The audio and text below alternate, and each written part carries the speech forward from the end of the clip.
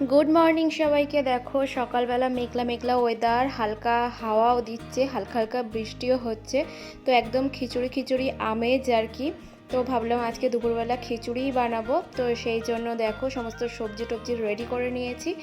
আর এদিকে চাল ডাল ভিজিয়ে রেখেছি, তবে এখন বানাবো না, খাওয়ার কিছুক্ষণ আগে বানাবো আর কি, গরম গরম। আর এদিকে আমাদের ব্রেকফাস্টও হয়ে গেছে আর রেডি হয়ে গেছি। আজকে যেহেতু সানডে, সারাদিন ভীষণই ব্যস্ত, তো ডিঙ্কাকে নিয়ে বেরাবো হচ্ছে অ্যাবাকাসের উদ্দেশ্যে।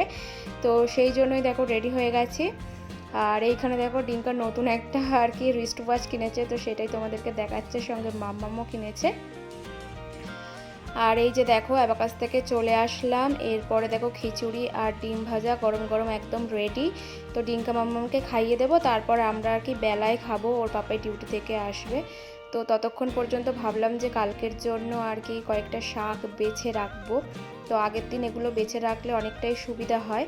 আর এদিকে দেখো ডিঙ্কা অ্যাবাকাস থেকে এসে আর কি এখনও ফ্রেশ হয়নি, ও আমার সঙ্গে আর কি কাজ করতে লেগে গেছে। তো আমি ওকে বললাম যে আগে ফ্রেশ হ, তারপরে করবি। আর এরপর দেখো দুপুরবেলা বেরিয়ে পড়েছি। তো ঘুরতে বেরোয়নি আজকে, একটু দরকার ছিল আর কি, ছেলেটার চোখের কয়েকদিন ধরেই প্রবলেম হচ্ছিল। তো ভাবলাম যে একটুখানি চোখের হসপিটালে ঘুরে আসি। তো এই যে দেখো চোখ দেখাতে নিয়ে এসেছি, সামনেই একটা আই হসপিটাল আছে। তো সেখানেই আর কি ওয়েট করছি ডক্টরের জন্য, এখনও ডক্টর আসেননি। তার সঙ্গে সঙ্গে আমিও আর কি নিজের চোখটাও দেখিয়ে নেব, ঠিক করেছি। আর কি বলো তো, ডিঙ্কার তো আগেই চশমা ছিল, তো বিশেষ কারণের জন্য কয়েকদিন ওর চশমাটা আর কি পরা বন্ধ ছিল। তো কদিন ধরেই আর কি ও বলছে মাথা যন্ত্রণা করছে, তারপরে স্কুলে বোর্ড ওয়ার্ক দেখতেও প্রবলেম হচ্ছে। তো ভাবলাম যে নতুন করে আর কি শুরু করার আগে একবার ডক্টর দেখিয়ে নেওয়াটা বেটার। তো সেই কারণেই ডক্টর দেখে নিলাম, সঙ্গে আমারও দেখিয়ে নিলাম।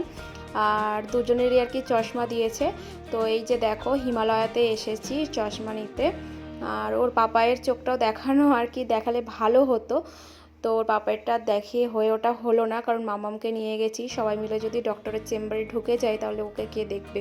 আসলে ও একদম ঢুকতে ভয় পায় মাম্মাম ডক্টরের চেম্বারে, আর কি ভাবে যদি ইঞ্জেকশন দিয়ে দেয়, সেই জন্য। আর এই যে ডিঙ্কার চশমার ফ্রেম কিন্তু পছন্দ করাও হয়ে গেছে আর কি। ওর ফ্রেমটার মধ্যে কাঁচ লাগানোর আগে ভালোভাবে দেখে নিচ্ছে, ফোকাস করে নিচ্ছে কোন জায়গাটার লেন্সটা দিলে ভালো হয়।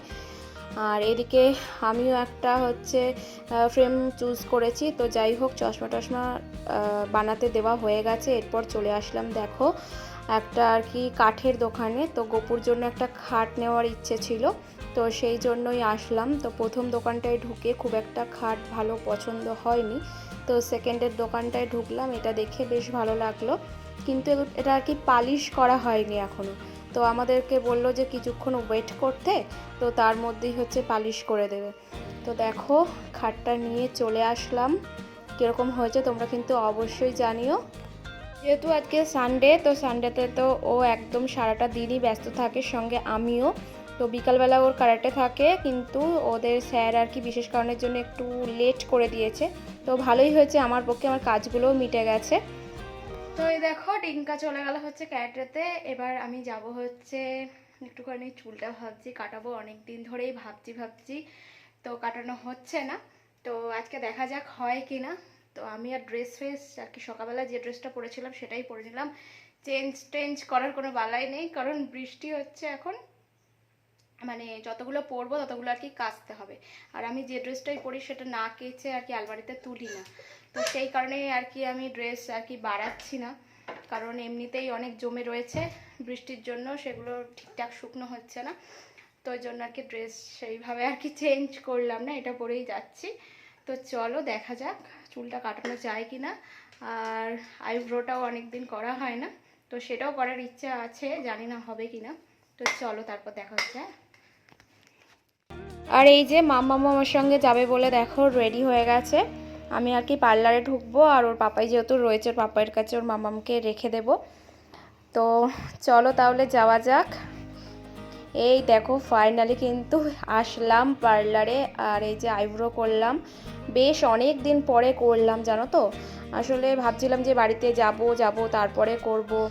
তো আর এই যে দেখো আমার চুলের লেন্থ আর দেখে নাও, এক্ষুনি কাটিয়ে আর কি ছোট করে ফেলবো, অনেকটা ছোট করে ফেলবো। তো দেখো এই যে চুলটাকে ভিজিয়েছে, নিচটা একদম টিকটিকি লেজের মতন লাগছে। তো লেন্থ কিন্তু অনেকটাই হয়ে গেছিলো।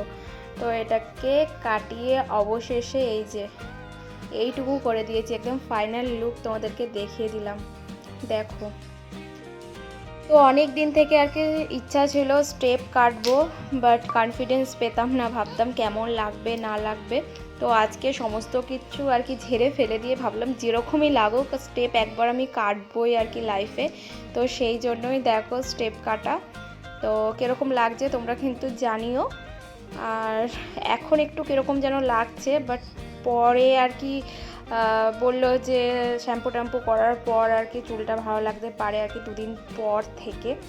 তো যাই হোক, আমি জানি না যেরকমই লাগুক, আমার একটা আর কি লাইফে ইচ্ছা ছিল, সেটা জাস্ট পূরণ হলো। তো এরপর দেখো পার্লার থেকে সোজা চলে আসলাম ডিঙ্কার কারেক্টার সেন্টারে। তো ওকে নিয়েই একবারে বাড়িতে ফিরবো।